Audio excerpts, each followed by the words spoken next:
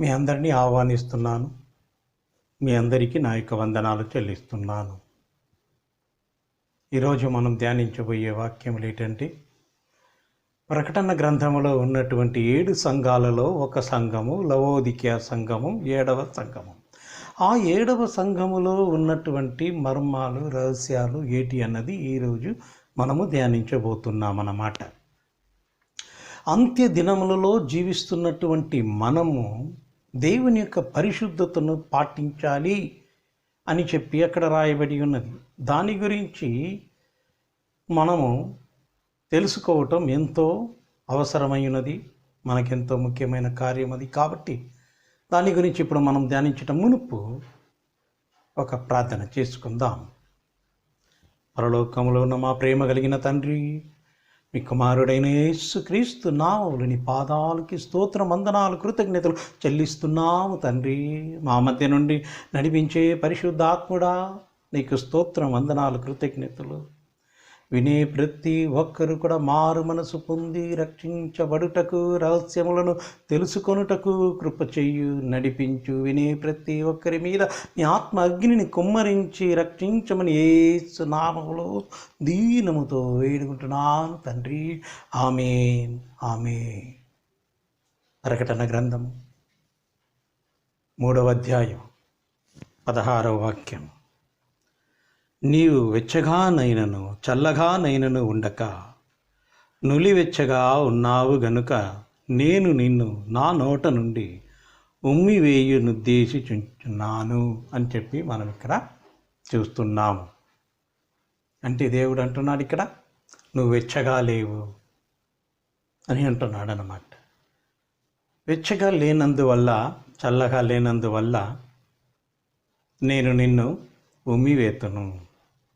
అంటే తమిళ్ బైబిల్లో దీని గురించి చూస్తే, నా నోట నుండి నేను నిన్ను వాంతి చేతును అని చెప్పి రాయబడి ఉన్నదన్నమాట. అంటే ఎవరిని ఉమ్మివేస్తాడు?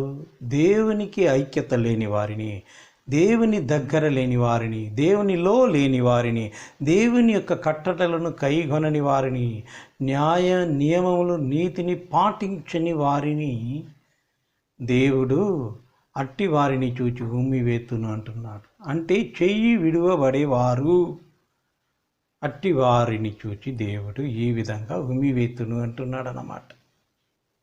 కాబట్టి ఈ యొక్క అంత్య దినములలో మనము ఏ విధంగా జీవిస్తున్నాము అన్నది 17వ వాక్యంలో దేవుడు మనకు స్పష్టంగా చూపిస్తున్నాడు. 17వ వాక్యంలో మనం చూసినట్టయితే దేవుడు అంటున్నాడు, నువ్వు దౌర్భాగ్యుడవు, దిక్కుమాలిన వాడవు. ఎందుకోసము దౌర్భాగ్యుడు అంటున్నాడు? ఎందుకోసము దిక్కుమాలిన వాడవు అంటున్నాడు? ఎందుకోసము ఉమ్మివేతును అంటున్నాడు అని మనం చూస్తే అక్కడ కొన్ని విషయాలు చెప్పి ఉన్నాడు. ఒకటి, నువ్వు దరిద్రుడిగా ఉన్నావు కాబట్టి, నువ్వు గుడ్డివాడిగా ఉన్నావు కాబట్టి, నువ్వు దిగంబరుడిగా ఉన్నావు కాబట్టి, నువ్వు దరిద్రుడవు కానీ నువ్వు అనుకుంటున్నావు నేను ధనవంతుణ్ణి, ధన వృద్ధి చేయుచున్నాను, నాకేమీయూ కొదువు లేదని నువ్వు అనుకుంటున్నావు అని దేవుడు అంటున్నాడు. ఇప్పుడు ఇక్కడ చెప్పినటువంటి కొన్ని విషయాలలో మనం గుడ్డివాని విషయాన్ని చూస్తే, మత్తాయి 13వ అధ్యాయం 14వ వాక్యం 15వ వాక్యంలో మనం ఈ విధంగా చూడగలుగుతాం. కన్నులుండి కూడా చూడని వారిగా, చెవులుండి కూడా వినని వారిగా, హృదయం ఉండి కూడా గ్రహించని వారిగా జీవిస్తున్నారు అని అంటున్నాడు అన్నమాట. అంటే ఆ లవోదికీయ సంఘములో ఉన్నట్టి వారు గుడ్డివారు కాదు, కన్నులు కలిగిన వారే, కానీ ఆత్మీయమైన గుడ్డివారు, ఆత్మీయంగా గుడ్డి జీవితమును జీవిస్తున్నారు. ఆత్మీయ వాక్యములను వినని వారు, ఆత్మీయ విషయములను గ్రహించని వారు, దేవుణ్ణి గ్రహించకుండా, దేవుణ్ణి తెలుసుకోకుండా, దేవునిలో జీవించకుండా ఉండు అట్టి వారిని చూచి వారు గుడ్డివారు అంటున్నాడు. వారు దౌర్భాగ్యులు, వారు దిక్కుమాలిన వారు, కాబట్టి నేను వారిని ఉమ్మివేతును అని అంటున్నాడు అన్నమాట. ఇంకా మనం చూస్తే దిగంబరుడు అని, దిగంబరుడు అంటే దేవుడు ఎవరిని దిగంబరుడు అని అంటాడు అంటే వస్త్రము లేనివారు, అంటే రక్షణ వస్త్రము లేనివారు. అంటే వారందరూ కూడా మంచి వస్త్రములను ధరించుకొని ఆలయమునకు వచ్చి జీవించేవారు. కానీ వారిని చూచి నిర్వాణులు అని ఎందుకు అంటున్నాడు అంటే రక్షణ వస్త్రము లేనందువల్ల, రక్షణము లేనందువల్ల వారిని చూచి దిగంబరులు, నిర్వాణులు అని అంటున్నాడు. అంటే రక్షణము లేని వారిని దేవుడు నిర్వాణులు అని అంటారు. అంటే వాడు ఎంతటి కాస్ట్లీ వస్త్రము ధరించుకున్నా కూడా దేవుడు రక్షణము లేని వారిని నిర్వాణి, దిగంబరుడు అని అంటున్నాడు. ఇప్పుడు గుడ్డివాడు గురించి చూచాము, దిగంబరుడు గురించి చూచాము. నువ్వు దరిద్రుడవు అని అంటున్నాడు. దరిద్రుడవు అంటే వారు అనుకుంటున్నారు మేము దరిద్రులము కాము, ధనవంతులము, ధన వృద్ధి చేయుచున్నాము, మాకేమీ కొదువలేదు అని వారు అనుకుంటున్నారు. కానీ దేవుడు వారిని చూచి దరిద్రుడు అని అంటున్నారన్నమాట. కాబట్టి మనం ఏ విషయంలో దరిద్రులుగా ఉంటున్నాము? ఇక్కడ నేను ధనవంతుడు, ధనవృద్ధి చేయువాడను అని రాయబడింది. తమిళ్ బైబిల్లో నేను ఐశ్వర్యవంతుణ్ణి, ఐశ్వర్యమును అభివృద్ధి చేయువాడను. అంటే ఐశ్వర్యమైన ఒకటే, ధనము అన్న ఒకటే. ఐశ్వర్యవంతుడను, నాకేమీ కొదువు లేదు, ఐశ్వర్యమును నేను అభివృద్ధి చేయవాడను అంటే ఆ విషయము ఏంటి అని చెప్పి మనం చూద్దాం. ఎఫెసీయులకు 2వ అధ్యాయము 6వ వాక్యములో మనము చూచినట్టయితే, ఎఫెసీయులకు 2వ అధ్యాయం 6వ వాక్యం, క్రీస్తు యేసునందు ఆయన మనకు చేసిన ఉపకారము ద్వారా అత్యధికమైన తన కృపా మహాదైశ్వర్యమును రాబోవు యుగములలో కనుపరచు నిమిత్తము అని చూస్తున్నాము. ఇక్కడ మనం చూస్తున్నది ఏంటంటే దేవుని యొక్క కృప చేత మహాదైశ్వర్యము అని చూస్తున్నాం. అంటే దేవుని యొక్క కృప చేత మహా ఐశ్వర్యము కలుగుతుంది. అదే కృప చేత ఇంకా మనం చూస్తే 8వ వాక్యములో కూడా మీరు విశ్వాసము ద్వారా కృపచేతనే రక్షింపబడి ఉన్నారు. అంటే కృపచేత మహా ఐశ్వర్యము, కృపచేత రక్షణ, కృపచేత విశ్వాసము, కృపచేతనే మనకు అన్నీ కూడా కలుగుతుందన్నమాట. ఈ కృపచేత మనకు ఏం కలుగుతుందంటే ఒకే మాటలో చెప్పాలంటే మహా ఐశ్వర్యము కలుగుతుంది. కృపచేత కలుగుతుంది, కృపచేత మహా ఐశ్వర్యము కలుగుతుంది అని ఒక 2 వాక్యములు మనం చూచాము. ఫిలిప్పీ 4వ అధ్యాయం 19వ వాక్యం చూద్దాం.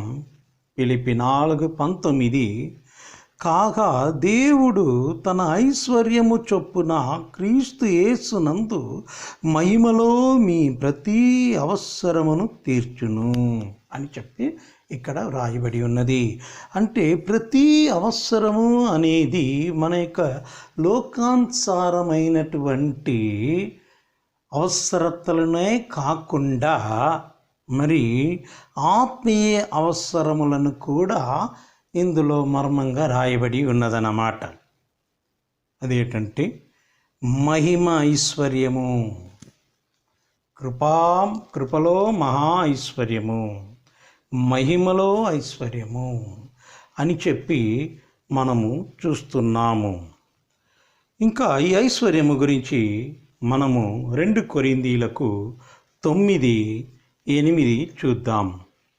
మరి అన్నిటి యందు ఎల్లప్పుడూ మీలో మీరు సర్వ సమృద్ధి గలవారి ఉత్తమమైన ప్రతి కార్యము చేయుటకు దేవుడు మీ ఎడల సమస్త విధములైన కృపను విస్తరింపజేయగలడు. ఇక్కడ సమస్త విధములైన కృప ఎందుకని? సమృద్ధి గలవారై ఉండాలి. ఎందులో సమృద్ధి గలవారై ఉండాలి? ఉత్తమమైన ప్రతి కార్యము చేయుటకు సమృద్ధి గలవారై ఉండాలి. ఉత్తమమైన కార్యములు, ఉత్తమమైన ప్రతి ఒక్క కార్యములు చేయుటకు సమృద్ధి గలవారై, సమృద్ధి అయిన ఐశ్వర్యంతులై ఉండాలి. సమృద్ధి అయిన ఐశ్వర్యంతులు అని చెప్పి ఇక్కడ మనము చూస్తున్నామన్నమాట. ఇంకా 2 కొరింథీయులకు 6వ అధ్యాయం 10వ వాక్యం మనం చూసినట్టయితే 2 కొరింథీయులకు 6వ అధ్యాయం 10వ వాక్యం మనం చదువుదాం. 10వ వాక్యంలో చివరి 2 లైన్లో ఏమి రాయబడి ఉందంటే, పౌలు ఈ విధంగా అంటున్నారు. ఏమని? నేను దరిద్రుడిని అయినను అనేకులకు ఐశ్వర్యము కలిగించు వారము. నేను దరిద్రునైనా కూడా అనేకులను ఐశ్వర్యములుగా మార్చేవాడని అని అంటున్నాడు అన్నమాట. పౌలు అనే విషయం ఏంటంటే, లోకానుసారముగా ఆశీర్వదించే విషయమే కాకుండా ఆత్మీయమైన విషయములో కూడా పౌలు ఆశీర్వదించేవారిగా, నడిపించేవారిగా ఉన్నారన్నమాట. ఇంకా ఎఫెసీయులకు 1వ అధ్యాయంలో 3వ వాక్యము గురించి మనం చూసినట్టయితే, మన ప్రభు అయిన యేసుక్రీస్తు యొక్క తండ్రియగు దేవుడు స్తుతించబడునుగాక. ఆయన క్రీస్తునందు పరలోక విషయములలో ఆత్మ సంబంధమైన ప్రతి ఆశీర్వాదమును మనకు అనుగ్రహించెను. పరలోక విషయములలో, పరలోక విషయము అంటే ఏంటి? ఆత్మ సంబంధమైన ప్రతి ఆశీర్వాదములు. పరలోక విషయం అంటే ఆత్మ సంబంధమైనటువంటి ప్రతి ఒక్క ఆశీర్వాదముల గురించి అని చెప్పి ఎఫెసీయులకు 1:3 స్పష్టంగా చెప్పబడి ఉన్నది. కాబట్టి ఈ దినమున మనము ఎలాంటి ఆశీర్వాదములు ఉంటున్నాము? లోకానికి సంబంధించినటువంటి ఆశీర్వాదములలో మనము మునిగి మనము జీవిస్తున్నామా? లేకపోతే మనము పరలోకమునకు యొక్క సంబంధించినటువంటి ఆశీర్వాదములలో మనము ఉన్నామా? ఆత్మీయ సంబంధమైనటువంటి ఆశీర్వాదములలో మనము ఉన్నామా? మనము ఎలాంటి ఆశీర్వాదమును మనము వెంబడిస్తున్నాము? మందిరానికి మనం కరెక్ట్గా వెళ్తున్నామా? లేకపోతే తల్లిదండ్రి తిడతారనే కారణం మీద వెళ్తున్నామా? తల్లిదండ్రి తిడతారనే కారణం మీద వెళ్తూ ఉంటే ఇంకా వారు పోయిన పిమ్మట ఇంకా మీరు పోరు, తిట్టడానికి ఎవరు ఉండరు. లేక మీకు తోడుగా మీ స్నేహితులు వస్తున్నారనే కారణం మీద మీరు వెళ్తూ ఉంటే స్నేహితుడు మానేస్తే మీరు కూడా మానేస్తారు. ఒకవేళ స్నేహితుడు పాపంలోకి వెళ్ళిపోతే, ఆయన చర్చికి వెళ్ళాడు, నేను వెళ్ళాను, ఆయన పాపంలోకి వెళ్ళాను కాబట్టి నేను కూడా పాపంలోకి వెళ్ళిపోయాను. కాబట్టి ఇంట్లో భార్య వెళ్తున్నందువల్ల వారి కోసం భర్త వెళ్తున్నారా? భర్త వెళ్తున్నందువల్ల వారికి కోసం భార్య వెళ్తున్నారా? ఎవరి కోసం వెళ్తున్నారు? మీ యొక్క ఐక్యత దేవునిలో ఎలా ఉన్నది? ఒకరి కోసం ఉన్నదా? మీలో ఉన్నటువంటి ఆసక్తి వల్ల ఉన్నదా? ఎందువల్ల ఉన్నది? కీర్తన 69వ అధ్యాయం 9వ వాక్యం ఈ విధంగా రాయబడి ఉంది. దేవుని యొక్క ఇంటిని గురించి, మందిరమును గురించి నాకు భక్తి వైరాగ్యము అనే అగ్ని నాలో రగులుచున్నది అని చెప్పి దావీదు అన్నాడు. దేవుని యొక్క ఇంటిపై, మందిరముపై దావీదునకు భక్తి వైరాగ్యము రగిలింది. నీలో అలాంటి ఒక భక్తి వైరాగ్యము వెచ్చగా ఉండి నువ్వు రగిలినట్టయితే అదే వెచ్చగా ఉండుట. అప్పుడు నువ్వు ఉమ్మి వెయ్యబడవు, చెయ్యి విడువబడవు. కాబట్టి దావీదును చూచి మనము నేర్చుకోవలెను, నడుచుకోవలెను. ఎవరి కోసం మందిరానికి వెళ్తున్నావు?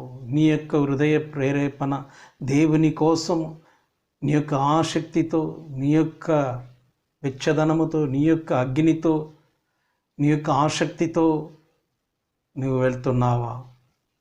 ఏదో నేను వెళ్తున్నాను, ఆరాధిస్తున్నాను, కానుకిస్తున్నాను, దశభాగం ఇస్తున్నాను, వారి కోసం వెళ్తున్నాను, వీరి కోసం వెళ్తున్నానంటే వారు కొంతకాలం ఉంటారు, ఆ తర్వాత ఉండరు, తర్వాత నువ్వు కూడా మందిరంలో ఉండకపోతావు. కాబట్టి నీ యొక్క ఆత్మీయ స్థితి ఎంతలో ఉన్నది, ఏ విధంగా ఉన్నది, నీ యొక్క ప్రార్థన ఏ విధంగా ఉంది, ఎంతవరకు ప్రార్థిస్తున్నావు, నీ యొక్క వ్యక్తిగతమైన బైబిల్ ధ్యానము ఎంతలో ఉంది, నీ యొక్క స్తుతి ఆరాధన నిన్ను నువ్వు పరిశీలించుకో.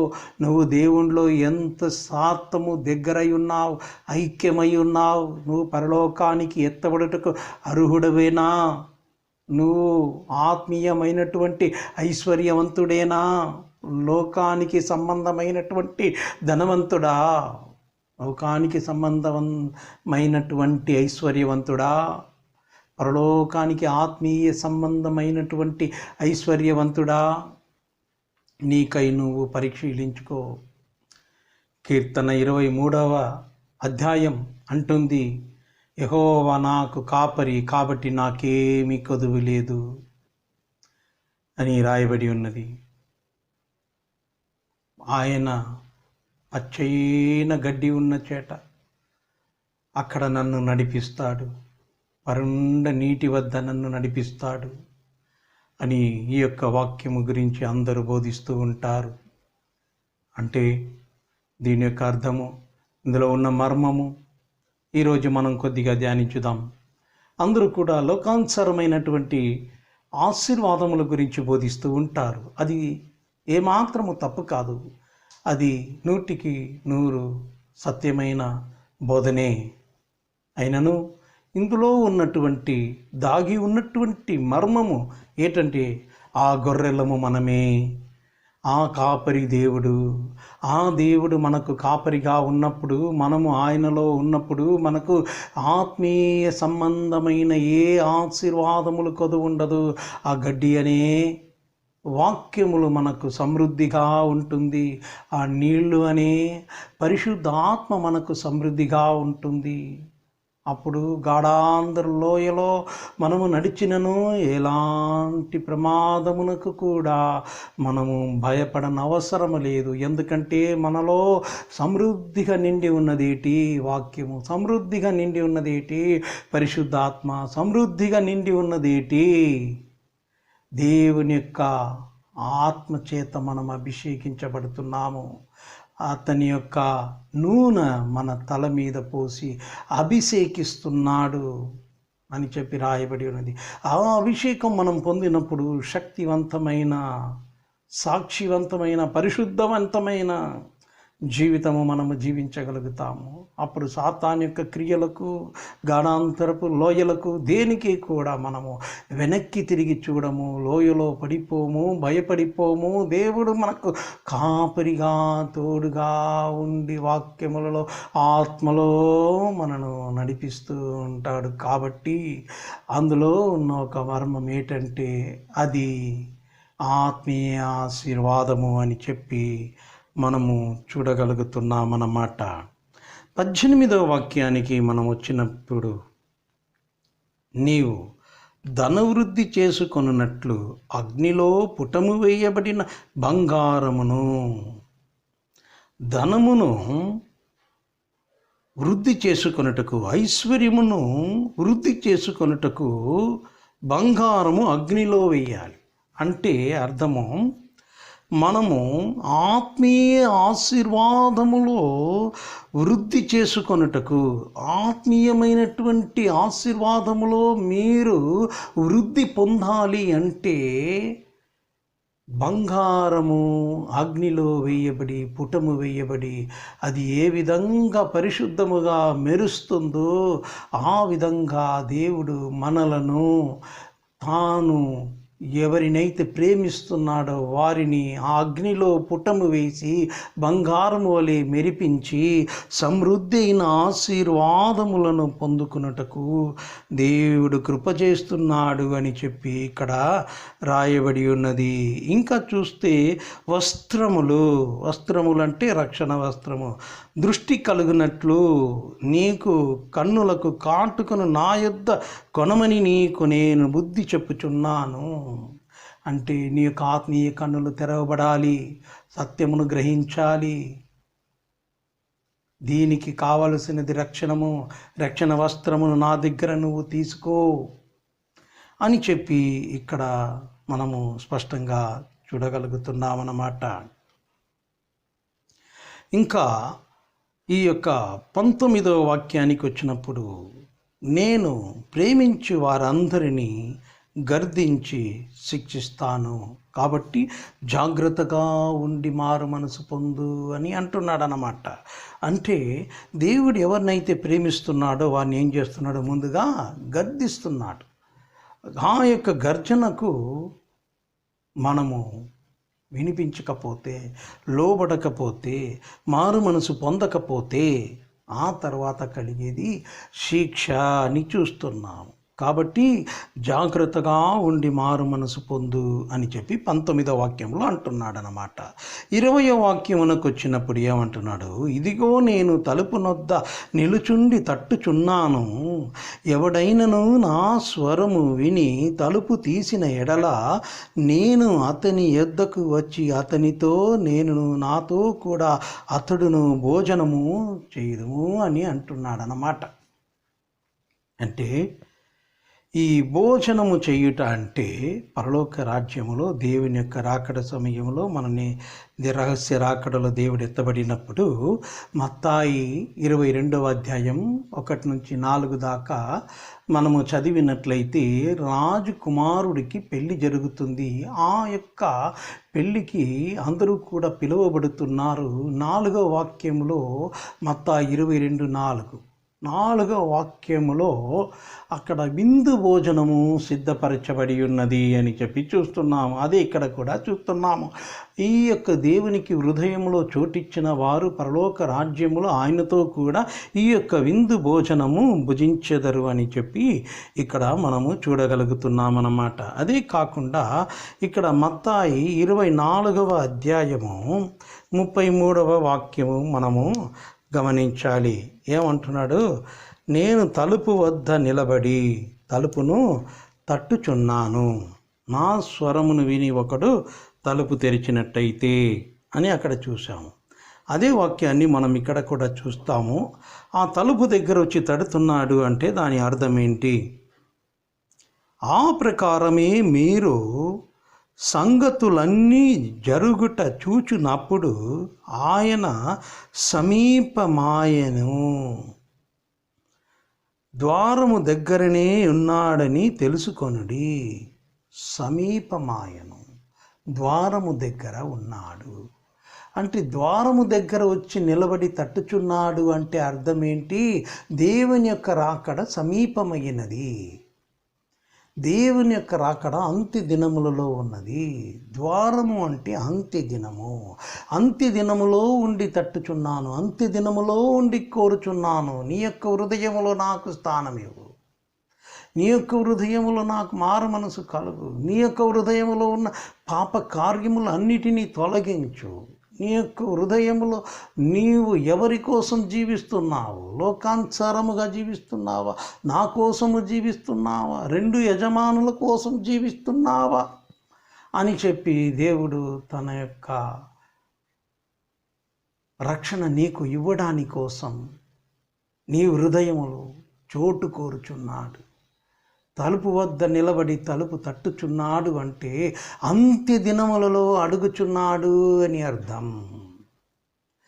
ఈ యొక్క అంత్య దినములకు సమీపమై ఉన్నది అని ఇక్కడ చెప్పబడుతున్నది. ఈ తలుపు అన్నది అంత్య దినములు.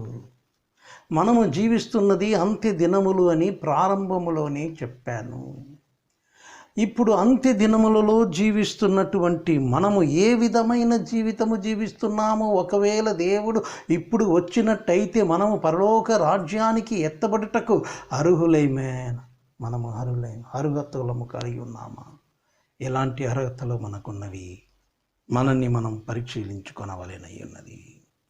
21వ వాక్యం మనం చూచినట్టయితే, నేను జయించి నా తండ్రితో కూడా ఆయన సింహాసనమందు కూర్చుండి ఉన్న ప్రకారము జయించువానిని నాతో కూడా నా సింహాసనమందు కూర్చుండనిచ్చెదను అని అంటున్నాడన్నమాట. మత్తయి 20వ అధ్యాయములో 20వ వాక్యము నుండి 23వ వాక్యము వరకు మనం చదివినట్టయితే, ఒక స్త్రీ ప్రభు వద్ద వచ్చి ప్రార్థించి, అయ్యా, నాకు 2 కుమారులు ఉన్నారు, అందులో ఒక కుమారుడిని నీ యొక్క కుడి వైపున కూర్చోబెట్టు, ఇంకొక కుమారుడిని నీ యొక్క ఎడమ వైపున కూర్చోబెట్టు అని చెప్పి ప్రార్థన చేస్తున్నది. ఆ విధంగా ప్రార్థన చేస్తున్నప్పుడు, లేదు, ఆ విధంగా కుదరదు, అది నా యొక్క తండ్రి చిత్తమై ఉన్నది, నా యొక్క తండ్రి ఎవరి కోసం అది ఉంచాడో వారి కోసం మాత్రమే అది కలుగుతుంది అని చెప్పి అక్కడ చెప్పడం మనం చూస్తామన్నమాట. అంటే, నేను తాగే పాత్రలో మీరు తాగుదురా అని అడుగుతున్నాడు. మీరు తాగే పాత్రలో మేము త్రాగెదము అని అంటున్నారు. అవును, నేను త్రాగే పాత్రలో మీరు తాగొచ్చు, కానీ నా యొక్క కుడి ఎడమ వైపు కూర్చునేది నా యొక్క తండ్రి చేత ఎవరికైతే నియమింపబడి ఉన్నదో వారు మాత్రమే కూర్చోగలరు అని అంటున్నాడు అన్నమాట. అంటే ఇక్కడ కూర్చోడానికి కుదరదు, ఆ విధంగా నా యొక్క సింహాసనములో మీరేం చేయలేరు, కూర్చోలేరు అని అక్కడ అంటున్నాడు. అంటే కుడి ఎడమ వైపు కూర్చోలేరు అని అంటున్నాడు.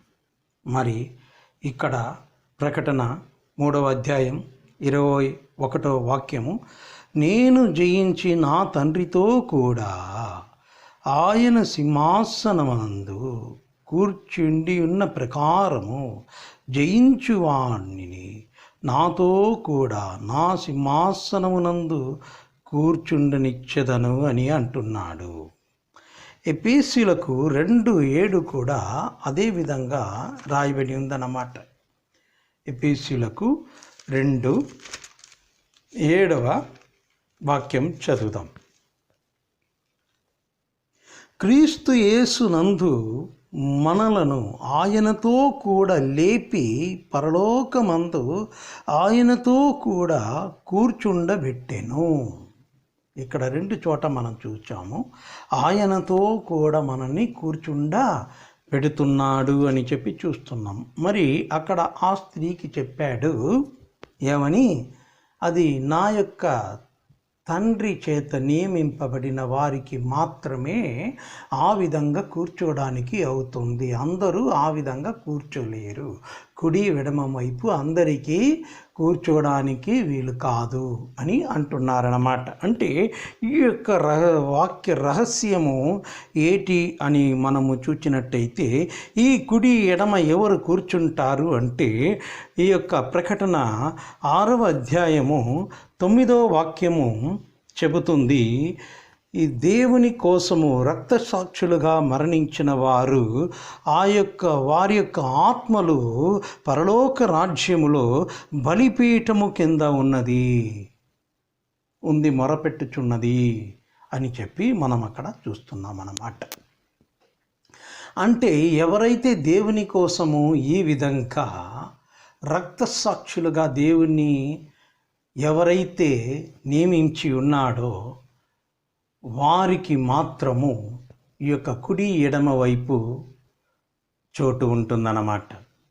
ఈ యొక్క వాక్యము ఈ యొక్క చివరి కాలములో పసిపిల్లలకు, మరి నిజాయితీ కలిగినటువంటి నిజమైన పిలుపు కలిగినటువంటి సేవకులకు, నిజమైన పిలుపుతో పాటు కూడా పరిశుద్ధత కలిగినటువంటి వారి సేవకులకు ఈ యొక్క అంత్య దినములలో పసిపిల్లలకును నిజమైన పిలుపు కలిగి ఉండి పరిశుద్ధత కలిగి ఉండి సేవ చేస్తున్నటువంటి కొందరికి దేవుడు నియమించి పెట్టి ఉన్న వారికి ఈ యొక్క చివరి కాలములలో సాక్షులుగా మరణించెదరు అని చెప్పి బైబిల్లో స్పష్టంగా రాయబడి ఉన్నది. ఆ విధంగా ఎవరైతే దేవుని కోసము రక్తసాక్షులుగా మరణిస్తారో ఆ జనులు మాత్రమే దేవునికి వరుసగా, ఆ యొక్క వరుస ఎంతటి పొడుగు అన్నది మనకు పొడుగులు ఇందులో రాయబడలేదు. అంతటి పెద్ద వరుసలో ఆయనకు కుడి వైపున, ఆయనొక ఎడమ వైపున ఆయన కోసము మరణించిన వారు, ఆయన కోసము రక్తసాక్షులుగా మరణించినటువంటి వారు మాత్రము కూర్చునగలరు. ఇక్కడ 21లో ఒక విషయము స్పష్టంగా చెబుతున్నాడు. నేను జయించి, ఏటి జయించి? అదొకటి, నా తండ్రితో కూడా ఆయన సింహాసనమునందు కూర్చుండి ఉన్న ప్రకారము. ఏ ప్రకారము ఈయన జయించాడు? ఏ ప్రకారము జయించాడు అంటే రక్తసాక్షిగా జయించాడు, రక్తసాక్షిగా మరణించాడు. మన కోసం, మన రక్షణ కోసం త్యాగము చేశాడు. ఈ ప్రకారము జయించాడు కాబట్టి తన తండ్రితో కూర్చుంటున్నాడు. ఈ ప్రకారము జయించువారు ఎవరు? ప్రకటన 6:9. ఈ ప్రకారము జయించువారు, ప్రకటన 6:9, పరలోక రాజ్యములో బలిపీఠము కింద వారి యొక్క ఆత్మలు దేవుని చూచి మొరపెట్టుచూ ఉన్నది. ఈ ప్రకారము జయించిన వారు యేసు ప్రభుతో కూడా కుడి ఎడమ వైపు కూర్చుందురు. దేవుని కోసము నియమింపబడినటువంటి వారు రక్త సాక్షులుగా మరణించినప్పుడు పరలోక రాజ్యములో ఇలాంటి ఒక కృప వారికి కలుగుతుంది, ఇలాంటి ఒక దయ కనికరం వారికి కలుగుతుంది, ఇలాంటి ఒక మహిమ కలిగినటువంటి స్థానము వారికి కలుగుతుంది, మహిమ కలిగినటువంటి ఒక పొజిషను వారికి కలుగుతుంది. మరి రక్తసాక్షులుగా మరణించని పరిశుద్ధులకు అబ్రహాము, మోసే ఇలాంటి అనేక యోబు ఇలాంటి అనేక, దావీదు ఇలాంటి, దానియేలు చెబుతూ ఎంతోమంది చెప్తూ పోవచ్చు. ఇలాంటి పరిశుద్ధులందరికీ కూడా దేవుని ఎదుట ముందు వరుసలో వారందరూ అంటే వారి యొక్క మహిమ కొలది, వారి యొక్క మహిమ కొలది అనే వాక్యము దేవునికి చిత్తమైతే ఎప్పుడైనా చూద్దాం. వారికి తగిన మహిమ కొలది అని ఆ యొక్క రహస్యము లేటని దేవునికి చిత్తమైతే దేవుడు ఆజ్ఞాపిస్తే మాట్లాడదాం. ఇప్పుడు మనం ఇక్కడ చూచింది ఏంటంటే ఆయన జయించిన ప్రకారము ఎవరైతే ఈ యొక్క చివరి కాలంలో పసిపిల్లలు కానీ, సేవకులు కానీ, ఎవరు కానీ దేవుడు నియమింపబడిన వారు రక్తసాక్షులుగా ఎవరైతే మరణిస్తారో వారు కుడి ఎడమ వైపు కూర్చోగలుగుతారు. అదే దేవుడు అక్కడ చెప్పాడు. మత్తాయి 20వ అధ్యాయములో ఆ స్త్రీతో 20 నుండి 23 దాకా మాట్లాడిన విషయం అది. నా తండ్రి ఎవరికి నియమించి ఉన్నాడు వారు మాత్రమే కూర్చోగలుగుతారు అని అక్కడ ఆ విధంగా బయలుపరచకుండా మర్మంగా అక్కడ చెప్పాడు. ఇదే రహస్యమై ఉన్నది. కాబట్టి మీరు ఈ యొక్క విషయములను తెలుసుకొని దీని ప్రకారము నడుచుకొని దేవుని కోసము చివరి కాలములో మరణించబోయే దేవుని యొక్క బిడ్డలకు ఈ మాట దేవుడు దీని ద్వారా మాట్లాడుతున్నాడన్నమాట. ఈ యొక్క సమీపమై ఉన్నాడు అని తెలియపరచుట కోసము, ఈ యొక్క ద్వారము వద్ద అనుట, అంత్య దినములలో జీవిస్తున్నాము అనే విషయము లోకస్తులకి, దేవుని బిడ్డలందరికీ తెలియపరచుట కోసము ఈ యొక్క విషయాన్ని దేవుడు మాట్లాడుతున్నాడన్నమాట. మరి ఐశ్వర్యవంతులు, గుడ్డివారు, దిగంబరులు అని ఎవరికి అంటున్నాడు అన్న విషయాన్ని ఇప్పుడు మనము చూసామన్నమాట. కాబట్టి ఈ యొక్క విషయాలను గమనించి, విశ్వసించి, తెలుసుకొని, నడుచుకొని మనము నిత్య రక్షణములో పరలోక రాజ్యములో ప్రవేశించడానికి ప్రయాసపడుదాం. దేవుని నమ్మండి, రక్షణలో నడవండి. మీ అందరికీ శుభము కలుగును గాక. ఆమేన్. ప్రార్థన చేసుకుందాం. స్తోత్రము తండ్రి, ఈ యొక్క వాక్యమును విన్న వారందరినీ ఆశీర్వదించి రక్షించు.